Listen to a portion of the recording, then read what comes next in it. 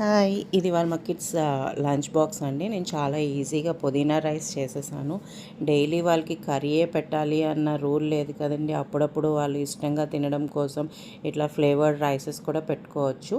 So, నేను అందుకని వాళ్ళ పుదీనా రైస్ చేశాను. దీంట్లో ఎక్స్ట్రా కొంచెం ప్రోటీన్ కోసం నేను పన్నీర్ యాడ్ చేశానండి.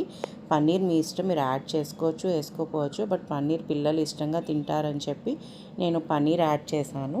దీనికి మీరు పిల్లలకి కొంచెం సైడ్ రైతా పెడితే లాస్ట్లో వాళ్ళు కొంచెం రైతాతో కూడా తింటారు. వాళ్ళకి చాలా నచ్చుతుందండి. ట్రస్ట్ మీ, మీరు డైలీ పెట్టే క్వాంటిటీ కన్నా మీ పిల్లలకి ఒక 2 స్పూన్స్ ఎక్స్ట్రానే పెట్టండి. వాళ్ళు అంత ఇష్టపడతారు. డెఫినెట్గా మీకు ఎంప్టీ బాక్సే వెనక్కి వస్తుంది. ఈ విషయంలో మామ్స్ ఖచ్చితంగా డిసప్పాయింట్ అవ్వరు.